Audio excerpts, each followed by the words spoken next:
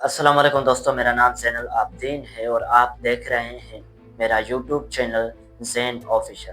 اور آج ہمارے ساتھ موجود ہیں عباس حیدر، جو کہ پاکستان کے ان یوٹیوبرز میں سے ہیں جو کہ اپنے کریٹیکل انالیسس کے اوپر کام کرتے ہیں، اور جو بھی ان کا انالیسس ہوتا ہے، جو بھی ان کی کامنٹری ہوتی ہے کسی بھی ٹاپک کے اوپر، وہ بہت ہی فائدہ مند اور بہت ہی نالجبل ہوتی ہے۔ تو ہم اپنے چینل پر عباس حیدر کو ویلکم کرتے ہیں۔ بہت شکریہ آپ کا۔ عباس بھائی، سب سے پہلے تو ہم جاننا چاہیں گے کہ آپ کہاں سے ہیں اور آپ کی برتھ پلیس، آپ کی فیملی بیک گراؤنڈ اور آپ کی ایجوکیشن کیسے ہے۔ بھائی قابل بن چکا ہوں، یہ تو آپ کی ذرا نوازی ہے، ظاہر ہے اس پہ تو میں کامنٹ نہیں کر سکتا۔ میں آپ کو اپنا سفر بتا سکتا ہوں۔ جی کراچی میں پیدا ہوا میں، اور میرے جو والد ہیں وہ سندھی ہیں، میری والدہ مہاجر ہیں، اردو اسپیکنگ ہیں۔ تو بس کراچی میں پیدا ہوا، وہیں پہ پلا بڑھا۔ تعلیم کا یہ سلسلہ رہا کہ وہیں پہ ایک پرائیویٹ اسکول میں تعلیم حاصل کی، جس طرح عمومی طور پہ ہم کراچی میں یا کسی بھی شہر میں کر لیا کرتے ہیں۔ وہیں پہ کالج کیا، پھر سر سید یونیورسٹی سے بیچلرز کیا سول انجینئرنگ میں۔ پھر اسی کے درمیان یو ایس چلا گیا تھا، ایک اسکالرشپ تھی، ایکسچینج پروگرام، ایک سیمسٹر یو ایس میں پڑھا۔ پھر ماسٹرز کرنے کینیڈا آ گیا، یہاں پہ انجینئرنگ میں ماسٹرز کیا، اور تب تک سمجھ آ چکا تھا کہ یہ کرنا نہیں ہے کام، تو پھر پاکستان واپس گیا، آئی بی ایس جرنلزم میں ماسٹرز کیا، اور اب آپ کے سامنے اور ہوں۔ جب آپ کینیڈا چلے گئے تو آپ کو کینیڈا سے محبت ہو گئی اور ابھی بھی آپ کینیڈا میں ہی ہیں۔ نہیں بھیا، عشق تو نہیں ہوا، مجبوری ہے۔ مجبوری ہے، عشق تو اپنے وطن سے ہی ہے، عشق تو اپنی مٹی سے ہے، یہاں رہنا تو مجبوری ہے۔ مجبوری ظاہر سی بات ہے، فائنینشیل اسٹیبلٹی اور سیکیورٹی کے ایشوز آتے ہیں۔ سیکیورٹی تو زیادہ نہیں، آپ سمجھیے اسٹیبلٹی، فائنینشیل اسٹیبلٹی اور وہ تمام چیزیں، لیکن میری پوری امید ہے، اور میری پوری چاہت ہے، اور میری پوری کوشش ہے کہ پاکستان ہی واپس آ کے رہا جائے، وہیں پہ کام کیا جائے۔ جی عباس بھائی، ہم آپ کا انتظار کریں گے اور امید ہے جب بھی آپ آئیں گے پاکستان میں تو آپ کے ساتھ ایک لائیو ڈسکشن ہوگی ون آن ون، اور ہم اپنے ویورز کو بھی دکھائیں گے انشاءاللہ۔ عباس بھائی، سب سے پہلے تو ہمارا جو کوسچن ہوگا وہ یہ ہوگا آپ سے کہ آپ نے ہمیشہ ریلیجن کو بہت ہی اچھے طریقے سے انالائز کیا ہے، اور اس کے اوپر جتنے بھی آپ نے کمنٹری کی ہے وہ بہترین ہے، اور ایسا لگتا ہے کہ ایک سمجھدار آدمی بات کر رہا ہے۔ اور اس وقت اگر دیکھیں تو بلاسفیمی اور دیگر چیزیں بہت زیادہ ہو رہی ہیں، اور اس میں یہ ہے کہ کچھ لوگ ایسے ہوتے ہیں جو کہ دوسرے لوگوں کو مینیپولیٹ کرتے ہیں، حالانکہ وہ اپنی زندگی آسانی کے ساتھ اور آزادی کے ساتھ گزار رہے ہوتے ہیں، اور دوسری جو عام عوام ہے اور ان کے جو بچے ہیں ان کو ویپنائز کرتے ہیں اور ان کا یوز کرتے ہیں پولیٹکس اور دیگر چیزوں میں۔ تو آپ کیا سمجھتے ہیں کہ ان کی کیا وجوہات ہیں؟ بھائی اس کے پیچھے تو بہت سارے ریزنز ہو سکتے ہیں۔ آپ دیکھیے کہ اس میں مذہب کی، جیسے میں ہمیشہ کہا کرتا ہوں کہ مذہبی فکر کی غلطی ہے، کہ جس طرح مذہب کو سمجھا گیا میرے نزدیک، جو اس کی پبلک انٹرپریٹیشن ہے، اس میں جو قانون اپنے ہاتھ میں لینے کی ایک ٹیچنگ ہے، وہ تب کہ جب آپ مذہب کو چھوڑ دیں یا بلاسفمی کر دیں یا اعتدال اختیار کر لیں، اس کی بہت الگ بحث ہے۔ تو وہ جو یہ مسئلہ مذہب کے بطن سے پھوٹتا ہے کہ مذہب کو آپ نے سمجھا کس طرح ہے، کیونکہ کوئی بھی شخص کہیں جا کے بے وجہ قتل نہیں کرتا۔ آپ کو اگر میں کہوں یا کوئی مجھے کہے تو میں نہیں جاؤں گا، رائٹ؟ اس کے پیچھے کوئی بہت بڑی موٹیویشن ہوتی ہے، تو وہ موٹیویشن مذہب کی انٹرپریٹیشن، مذہب کی انڈرسٹینڈنگ سے آتی ہے۔ وہ بنیادی مسئلہ ہے میرے نزدیک۔ اس کے بعد باقی سب اس کی فروحات ہیں، کہ جب میں موٹیویٹ ہو گیا تو پھر میں قتل بھی کر سکتا ہوں، میں چوری بھی کر سکتا ہوں، میں بدتمیزی بھی کر سکتا ہوں، میں الزام بھی لگا سکتا ہوں۔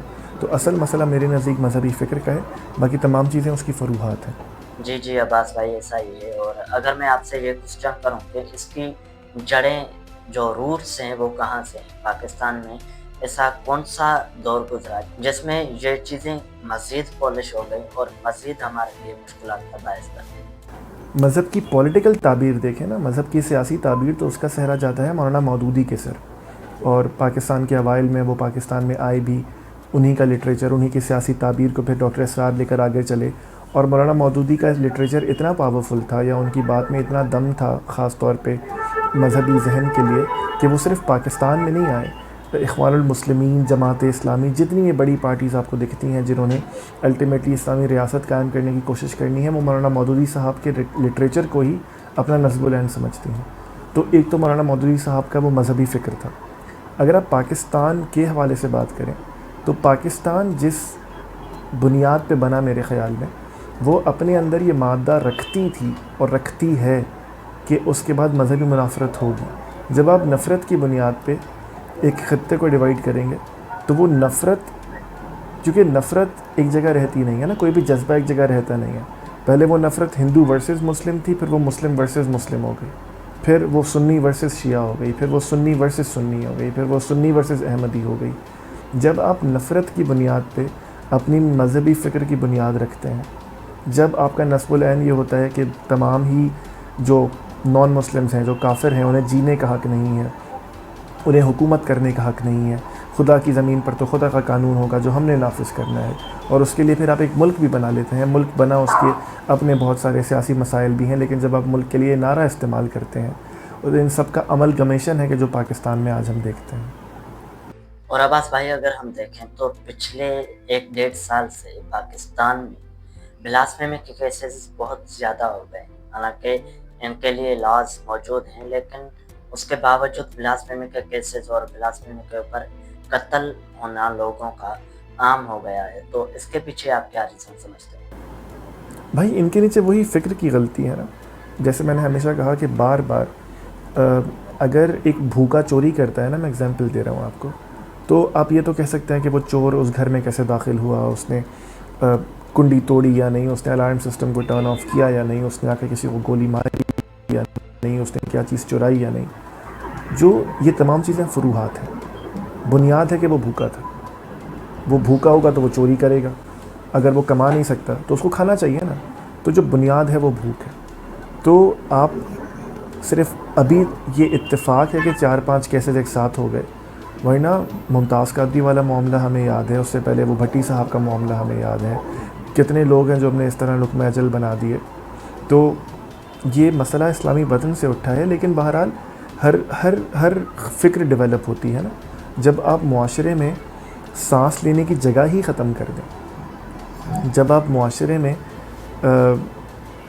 مذہب کو اس طرح سیاست میں املگمیٹ کر دیں اپنے چھوٹے چھوٹے مفادات کے لیے، اپنے ملک کو بنانے کے لیے، اپنے قوانین پاس کرانے کے لیے، اور عوام کو صرف انہی کا درس دیا جائے اور بار بار بتایا جائے کہ ہم نے مذہبی ریاست بنانی ہے، ہم نے مدینہ کی ریاست بنانی ہے، اور پھر لوگوں کو یہ دکھ رہا ہو کہ قانون کچھ نہیں کر رہا، اگر کوئی الزام لگ جائے کسی پر تو لوگ تو اپنے ہاتھ میں قانون لیں گے. لوگوں کی غلطی نہیں ہے، اس فکر کی غلطی ہے جو انہیں وہاں تک لے کر آتی ہے، اور اس ریاست کی غلطی ہے جو اپنے لوگوں کو ایجوکیٹ نہیں کر پاتی. جی عباس بھائی ایسا ہی ہے. اور اگر میں آپ سے اس میں ایک اور چیز پوچھنا چاہوں کہ سوشل میڈیا کے اوپر جس طرح مذہب پروپیگیٹ کیا جا رہا ہے، سوشل میڈیا کے اوپر بہت ساری ایسی عوام بیٹھی ہوئی ہے جو کہ مذہب کو ایک غلط وے میں پروموٹ کر رہی ہے اور مذہب کو اس طرح سے پروپیگیٹ کر رہی ہے کہ عام لوگوں کو وہ چیز پراپرلی سمجھ میں نہیں آتی اور وہ ڈائیورٹ ہو جاتے ہیں، اور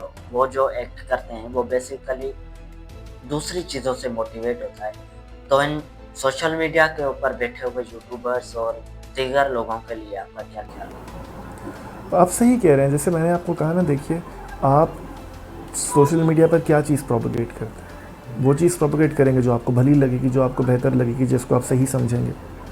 تو میں بار بار ہمیشہ یہ عرض کرتا ہوں کہ یہ تمام، چاہے وہ سوشل میڈیا پر اس کی ترویج ہو، چاہے وہ آپ کی آنکھوں کے سامنے ہو، چاہے وہ ٹی وی پر ہو رہا ہو، چاہے وہ آپ کی مسجد کا مولوی ہو، یہ تمام لوگ وہ بات کر رہے ہیں جسے وہ صحیح سمجھتے ہیں.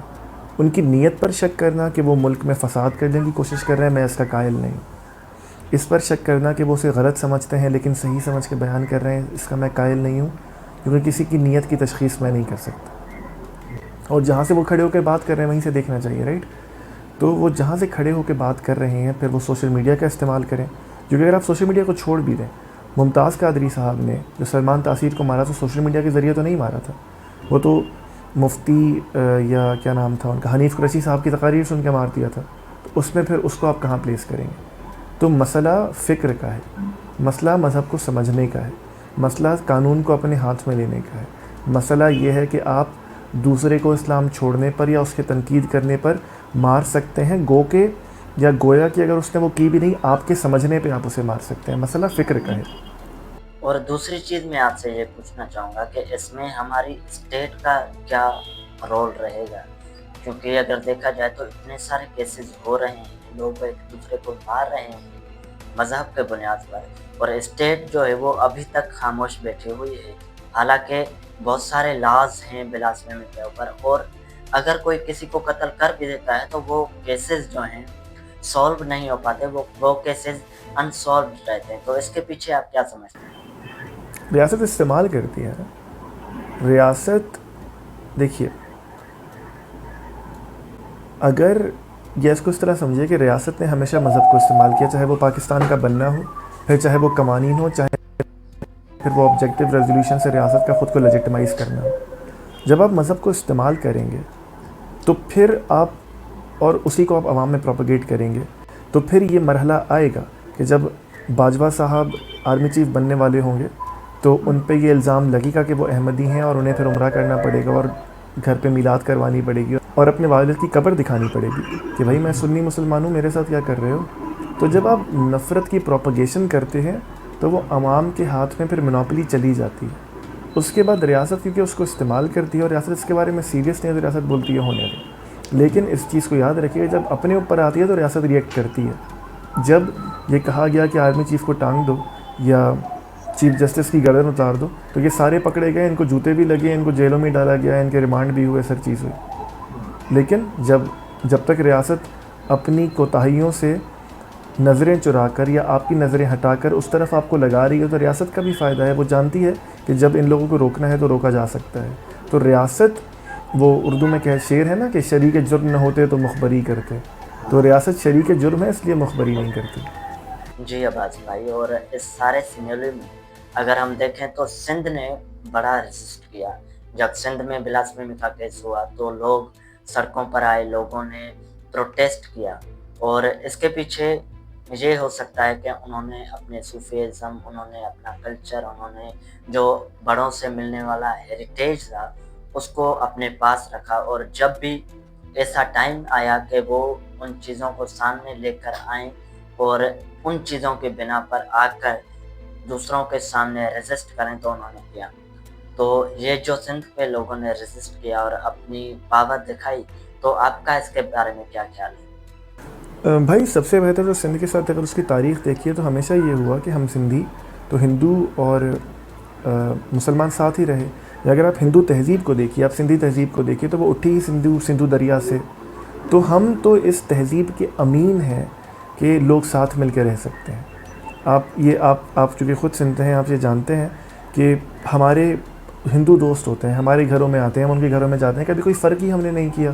ظاہر ہے جو بنیادی فرق ہے کہ بھئی ہم ان کے پوجا پاٹ میں شامل نہیں ہوں گے یا وہ ہماری نمازوں میں شامل نہیں ہوں گے، یہ تو ہے، لیکن ہم ایک دوسرے کے گھروں میں جاتے ہیں. اس کے علاوہ اس سے آگے بڑھ کر آپ نے کتنے سنی حضرات دیکھے ہوں گے جن کے گھروں پہ علم لگا ہوتا ہے. آپ نے کتنے شیعہ حضرات دیکھے ہوں گے کہ جو ربیع الاول کی نیاز کر دیتے ہیں سنیوں کے ساتھ. تو سندھ کا کلچر تو ہمیشہ یہ رہا، انکلوسیو رہا. اس میں پھر آپ نے بالکل صحیح نشاندہی کی کہ اس میں صوفیزم کا اپنا کردار ہے، اس میں صوفیہ کا اپنا کردار ہے. پھر سندھ کے لوگ ذرا آپ کہیے کہ کیونکہ اگر آپ اس کو دیکھیے کہ سندھ کے لوگ پاکستان کی تحریک میں اس طرح شامل بھی نہیں تھے. اگر آپ چند لوگوں کو نکال دیں، جی ایم سید کو اور تمام لوگوں کو، پھر یہاں پر ریزسٹنس کی تحریکیں چلتی رہیں. جی ایم سید جو مسلم لیگ کے ہیڈ تھے سندھ میں، پاکستان بننے کے بعد پاکستان کے مخالف ہو گئے.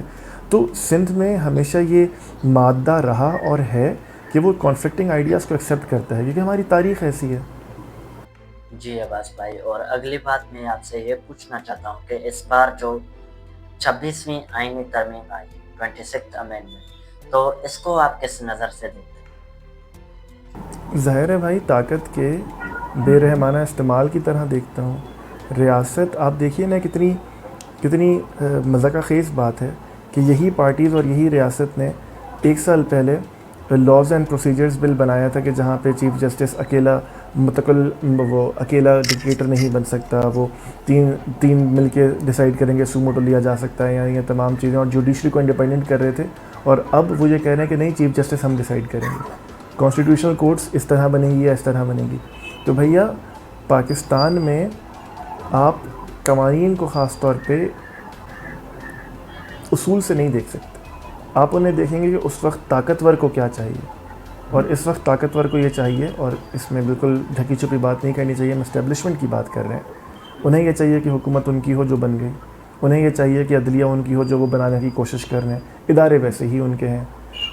حد درجہ معاملہ یہ کہ مسلم لیگ نون جو ہمیشہ ناز کیا کرتی تھی کہ بھئی ہماری اکنامک پالیسیز اچھی ہوتی ہیں، ان کا اپنا اکنامک منسٹر نہیں ہے، کوئی اورنگزیب صاحب ہیں اسٹیبلشمنٹ کے بنائے ہوئے یا ان کے آئے ہوئے، انٹیریئر منسٹر محسن نقوی صاحب اسٹیبلشمنٹ کے ہیں۔ تو طاقت کا کھیل ہے، اور کل کو جب اس کی ضرورت ختم ہو جائے گی اور کچھ اور طاقت کو چاہیے ہوگا تو طاقت اس طرف کروٹ لے لے گی۔ اور دوسری چیز یہ عباس بھائی کہ پاکستان کا جو آئین بنا، سب سے پہلے 1956 میں بنا، اس کے بعد بنا، اور تیسرا 1973 میں بنا، اور اس میں بھی ابھی تک 26 ترمیمیں آ چکی ہیں۔ تو اس کے پیچھے کیا ریزن ہے کہ ہمارا قانون جو بنایا جاتا ہے وہ ایک جگہ پر ٹک نہیں سکتا، وہ ایک جگہ کھڑا نہیں رہ سکتا؟ کیونکہ طاقت بدلتی رہتی ہے نا۔ جو 56 کا پہلا آئین آیا تو ایوب خان صاحب کو چاہیے تھا تو وہ بن گیا، اس کے بعد جب دوسروں کو کچھ اور چاہیے تھا تو وہ بن گیا۔ بھٹو صاحب نے تمام لوگوں کو ملا کر ایسا بنا لیا اور اس میں آرٹیکل 6 ڈال دیا، تو یہ ان سب کے گلے کی ہڈی ہے کہ اس کو نکال نہیں پاتے، اسے بند نہیں کر پاتے، اسے ختم نہیں کر پاتے، لیکن ان ابینس تو رکھ دیتے ہیں۔ اور مشرف صاحب ہوں یا ضیاء صاحب، وہ تو چلا کر کہہ چکے کہ بھئی یہ تو کچرے کا ڈبے میں پھینک سکتے ہیں، کاغذ کا ٹکڑا ہی ہے۔ تو بھیا آئین ہو، قوانین ہوں، سیاست ہو، جوڈیشری ہو، یہ سب ہمارے ملک میں طاقت کا کھیل ہے۔ طاقتور کو جب چاہیے ہوگا تو آئین کی ناک بھی مروڑی جائے گی، طاقتور کو جب چاہیے ہوگا تو ہم جمہوریت کی بات بھی کریں گے، اور طاقتور کو جب چاہیے ہوگا تو جمہوریت کو گالی بھی پڑے گی۔ تو اصل میں یہ طاقت کا کھیل ہے، آئین تو بس ایسے ہی بنا دیتے ہیں اور ایسے ہی توڑ دیتے ہیں۔ اور یہ جو طاقت کا کھیل ہے، کیا ہمیں امید رکھنی چاہیے کہ یہ کبھی ختم بھی ہوگا یا نہیں ہوگا؟ بھائی امید کبھی نہیں چھوڑنی چاہیے، جو سچی بات ہے، لیکن امید نہ آرگیومنٹ کی بنیاد پہ رکھی جاتی ہے۔ مطلب ہوا میں تو امید بھی نہیں، ہوا میں تو کچھ بھی نہیں ہوتا۔ تو جس طرف ہماری ریاست چل رہی ہے، جس طرف اسٹیبلشمنٹ بضد ہے کہ انہوں نے ریاست کی سیاست میں انٹرفیئر کرنا ہے، جس طرح تمام ہی سیاستدانوں کے ساتھ ہم بستر ہو گئے ہیں۔ خان صاحب سے مجھے کوئی خاص امید نہیں ہے کہ ان کا ٹریک ریکارڈ ہمارے سامنے ہے، 5 سال کا، 4 سال کا، جو بھی، وہ بھی ریاست کے اس ستون کے ساتھ بالکل چسپاں ہو کر کھڑے رہے تھے۔ تو سچی بات یہ ہے کہ مجھے کوئی خاص امید نظر نہیں آتی، اور خاص طور پہ دنیا جس طرح یک کے بعد دیگر کانفلکٹس کی طرف جا رہی ہے، اور اس وقت بھی جب ہم بات کر رہے ہیں تو کل ایران پہ حملہ کیا گیا ہے اسرائیل کی جانب سے، اس سے پہلے وائس ورثہ تھا۔ تو دنیا میں جب کانفلکٹ ہوتا ہے تو لوگ بھی چھوٹی موٹی باتوں پہ یا دنیا بھی توجہ نہیں دیتی کہ یار خیر ہے، ابھی ہم اپنے معاملے نپٹائیں، ان کے ساتھ جو ہو رہے ہیں ہونے تو، ہمارا کام تو کر رہے ہیں نا، کیونکہ 1 ونڈو آپریشن کے ذریعے ہم دنیا کے وہ کام تو کر رہے ہیں جو انہوں نے ہم سے کروانے ہیں۔ ہم جہاں حملہ کرنا ہوتا ہے UN کنونشنز میں جا کے وہاں کر بھی دیتے ہیں، جہاں بھیک مانگنی ہوتی ہے وہاں بھیک بھی مانگ لیتے ہیں۔ تو دنیا بھی کوئی خاص انٹرسٹڈ ہے نہیں ہمارے اوپر جمہوریت کو نافذ کرنے کے لیے، جس طرح دنیا کا اس وقت کام ہے سعودی عرب سے، ویسٹرن پاورز کا۔ تو وہاں پہ حقوق ہوں یا نہ ہوں، جمہوریت ہو یا نہ ہو، کیا فرق پڑتا ہے، لیکن جہاں کام ہوتا ہے تو وہاں جمہوریت نافذ کرنے پہنچ بھی جاتے ہیں۔ تو امید رکھنی چاہیے، لیکن سچی بات یہ ہے کہ مجھے امید نظر نہیں آتی۔ جی عباس بھائی، اور اگر میں آپ سے پوچھوں کہ اس ساری سچویشن میں عمران خان کی پولیٹکس، اور عمران خان جس طرح پولیٹکس میں آئے، انہوں نے پولیٹکس کو لے کر چلے اپنی جو سیاست تھی، اور دوسرے جو پولیٹیشنز تھے ان کے ساتھ جو کیا، وہ بہت ہی مطلب کیوس میں رہا پورا، اور ابھی بھی عمران خان جیل میں ہے۔ اور اس سچویشن میں اگر میں آپ سے پوچھوں کہ عمران خان کے بارے میں آپ کی کیا رائے ہے؟ بھائی یہ بات تو ہمیں ماننی پڑے گی، جو پچھلے الیکشنز ہوئے وہ خان صاحب جیتے تھے، وہی جیت سکتے تھے، لوگوں نے نکل کے انہیں ووٹ دیا، اسٹیبلشمنٹ نے تمام کوشش کی، ان سے ان کے نشانات تک چھین لیے تھے انتخابی، لوگوں نے کیمپین کی، خان صاحب جیتے، بڑی مشکل سے دھکے دے دے کر یہ حکومت بنائی گئی۔ تو عوام میں تو اس وقت خان صاحب ہی پاپولر ہیں، اور باقی کسی کی کوئی عزت نہیں ہے۔ کوئی اپنی عصبیت کی بنیاد پر باقی پارٹیز کو ووٹ دے یا نہ دے، یا خان صاحب کی نفرت میں ان لوگوں کو ووٹ دے یا دے، ان کی اپنی محبت میں کوئی انہیں ووٹ نہیں دیتا۔ تو یہ بات تو میرے خیال میں ہمیں کلیئر رکھنی چاہیے، پہلی بات۔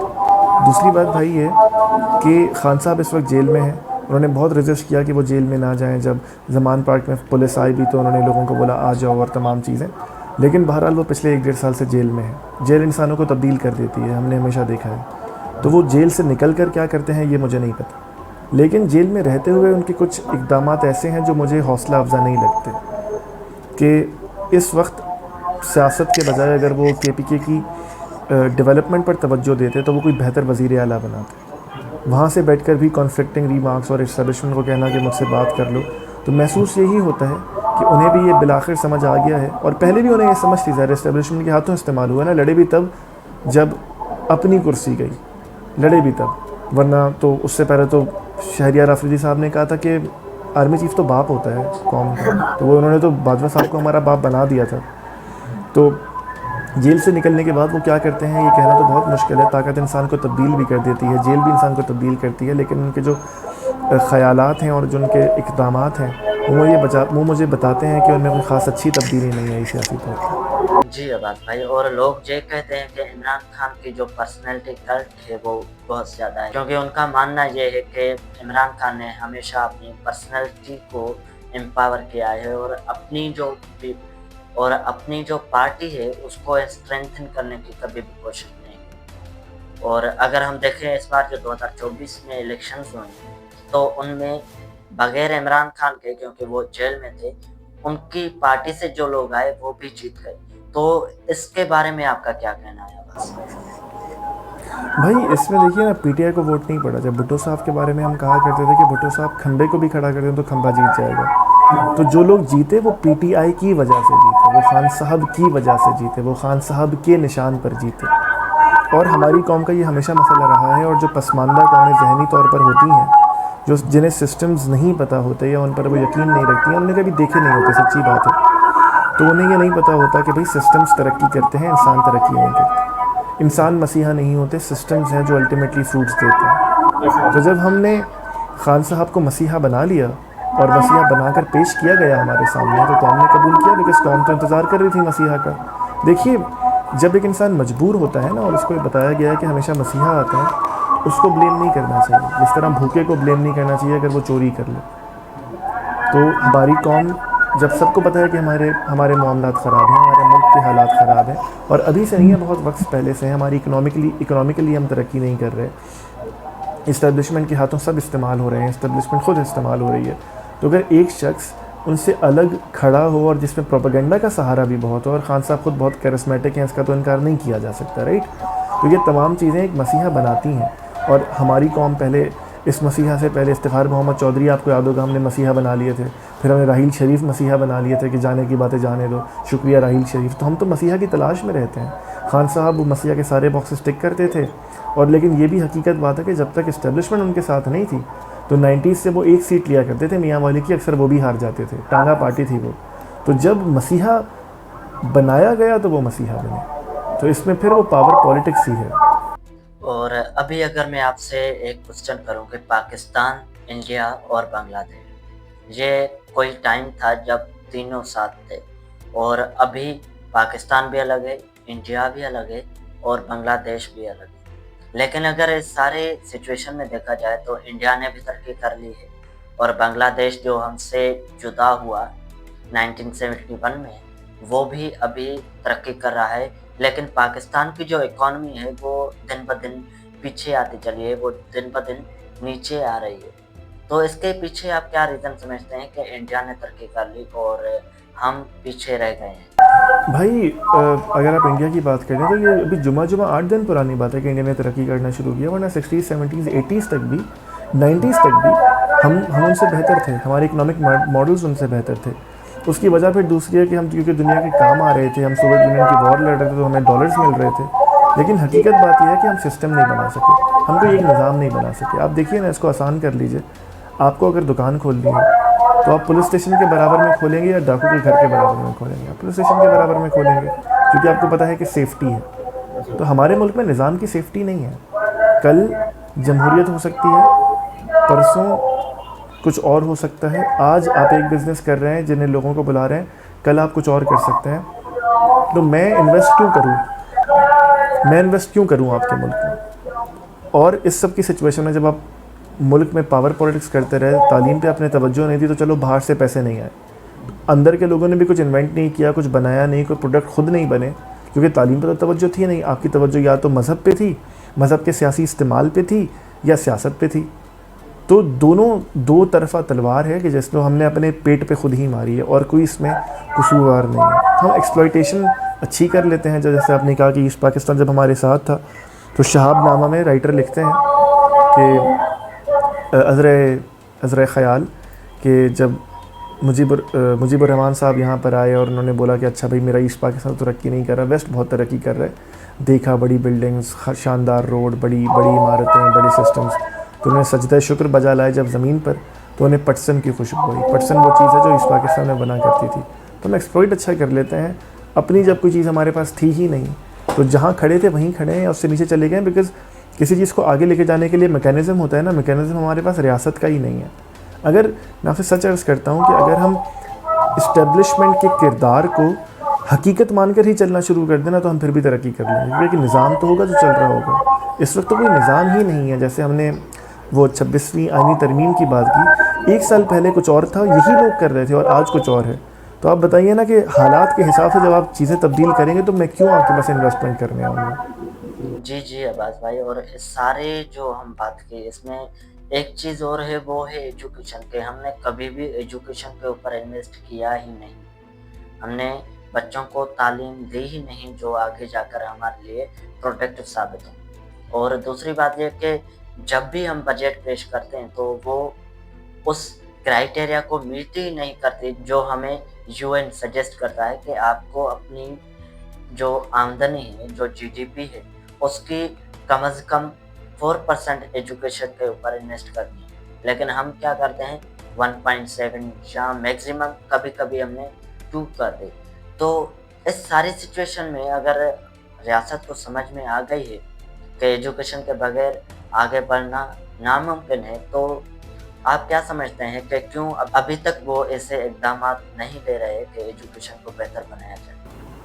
بھیا کچھ بھی نہیں کر سکتے. دیکھیے آج یہ آپ نے کہا کہ ہم سمجھ چکے ہیں کہ تعلیم کے بغیر آگے نہیں بڑھا جا سکتا.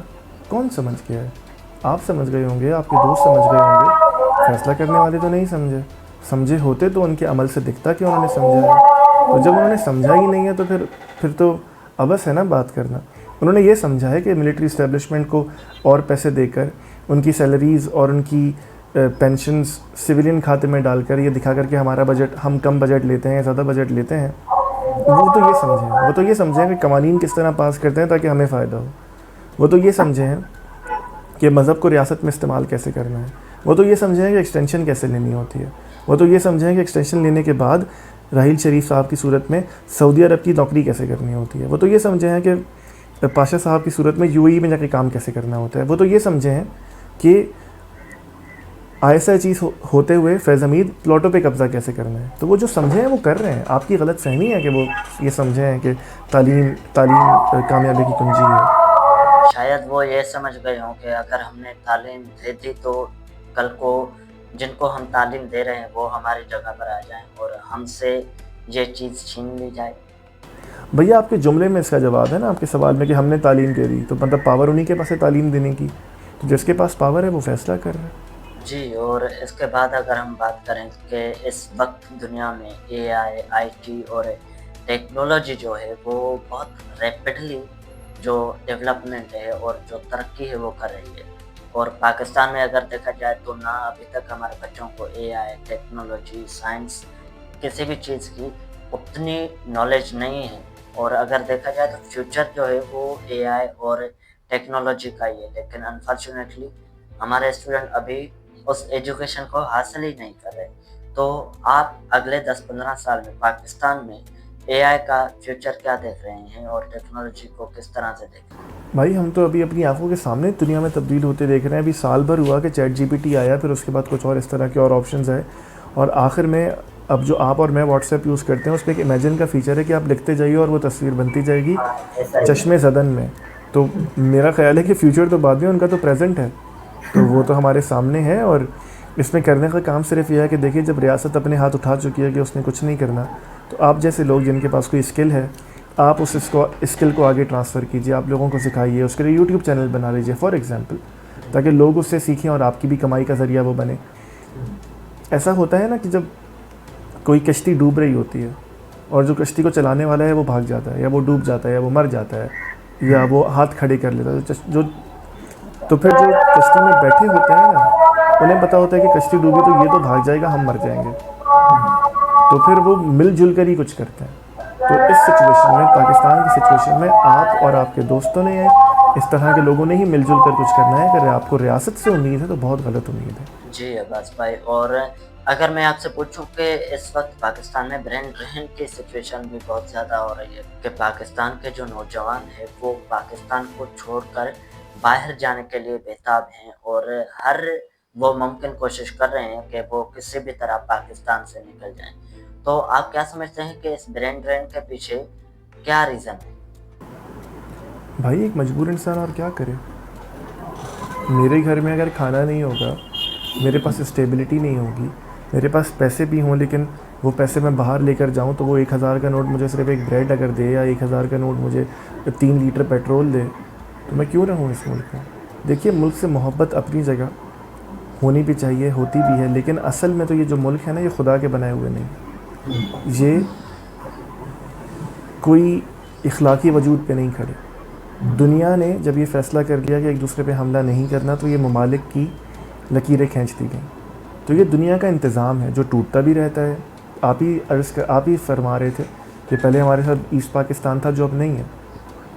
تو یہ جو ملک ہے یہ سروس پرووائڈرز ہیں۔ جیسے فار ایگزامپل آپ پی ٹی سی ایل کا انٹرنیٹ لیتے ہیں نا، تو یہ پی ٹی سی ایل کے انٹرنیٹ کی طرح ہے کہ آپ انہیں ٹیکس دیتے ہیں اور بولتے ہیں مجھے انٹرنیٹ دو۔ اگر پی ٹی سی ایل آپ کو انٹرنیٹ نہ دے اور بولے کہ بھائی مجھے پیسے دیتے رہو، تو آپ کیوں دیں گے؟ تو اگر آپ ریاست کو ٹیکس دیتے رہیں، اس سے وفادار رہیں، اور جو بہت بنیادی حقوق آپ کے آئین میں ہیں جو ریاست نے دیے ہیں وہ نہ دیں، تو لوگ باہر نہ جائیں تو اور کیا کریں؟ اور اگر بچے باہر جائیں بھی، اسٹوڈنٹ باہر جائیں گے بھی، تو ان کے لیے ایک بہتر جگہ ہونی چاہیے، ایک بہتر انوائرمنٹ اور بہتر لرننگ پلیس ہونی چاہیے۔ تو آپ کیا سجیسٹ کریں گے کہ اگر بچے اور اسٹوڈنٹس باہر جا رہے ہیں تو کون سی سائٹ پر وہ جائیں؟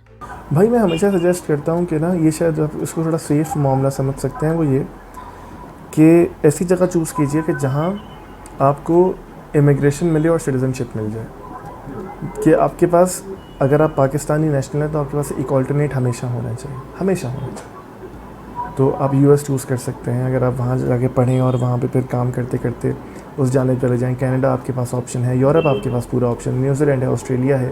اگر آپ کو بیچ میں، اگر آپ وہاں نہیں جا پا رہے یا کسی وجہ سے، تو آپ مڈل ایسٹ جا کے کچھ حد تک کام کر کر پھر یہاں آ سکتے ہیں۔